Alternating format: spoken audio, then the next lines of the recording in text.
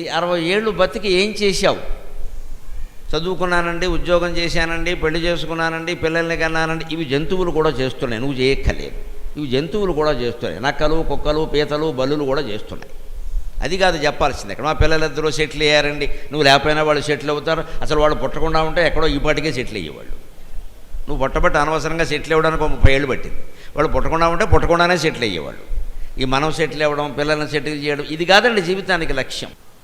దేహం మనం కాదని మనకి చాలా సందర్భాల్లో తెలుస్తుంది. మనం పడుకుని ఉంటున్నాం, కలగంటున్నాం. 6 అడుగుల కళేబరం ఇక్కడ పడుకునే ఉంది. కలలో ఇంకో శరీరం ధరిస్తున్నాం. కలగంటున్నప్పుడు మనం అమెరికాలో ఉంటే అమెరికాలోనే ఉన్నాం, కాలిఫోర్నియాలో ఉంటే కాలిఫోర్నియాలో ఉన్నాం, కర్నూలులో లేం.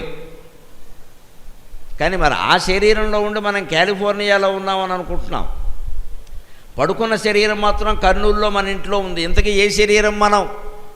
పొద్దున్న లేవగానే ఎవడైనా 10 నిమిషాలు ఈ విషయం ఆలోచిస్తే వెంటనే విరక్తి వస్తుంది, అనుమానం వెళ్ళే జీవితం మీద. నేనెవరో తెలుసుకోవాలి.